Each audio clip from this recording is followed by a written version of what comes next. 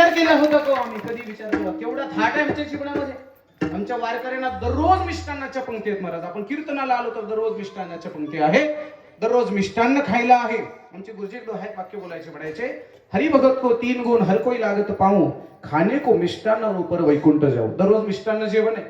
मोठी मोठी माणसं पायाला लागतात एवढंच नाही कीर्तन झाल्यावर जाताना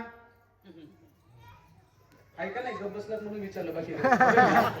मान आहे पान आहे सर्व गोष्टी आहे आणि ती प्रसिद्धी सुद्धा आहे माणसाची अपेक्षा काय असते जीवनात माणसाला पैसा मिळावा प्रसिद्धी मिळावी आणि पद प्रतिष्ठा मिळावी याच्यापेक्षा दुसरी काय अपेक्षा असते आम्ही कीर्तनाच्या देवाच्या सानिध्यात आलो आम्हाला पद मिळतात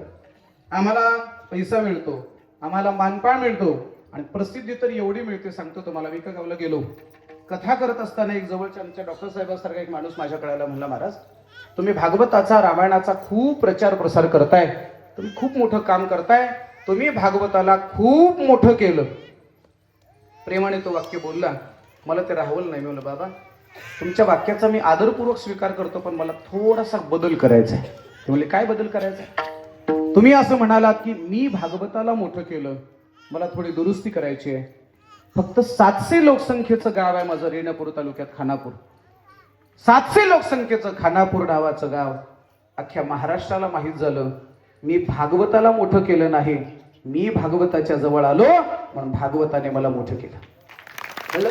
आपण देवाला धर्माला मौली तुकोबारांना मोठं करायची गरज नाही आपण जर यांच्या जवळ जरी गेलो तर हे मौली तुकोबारे आम्हाला मोठं करताय गोपाळ देवाला बोलायला लागले देवा तू जेव्हापासून तुझ्या संगतीत आलो ना जे पाहण्यात आलं नाही त्याचा भोग आमच्या जीवनामध्ये मिळाला अभंगाच्या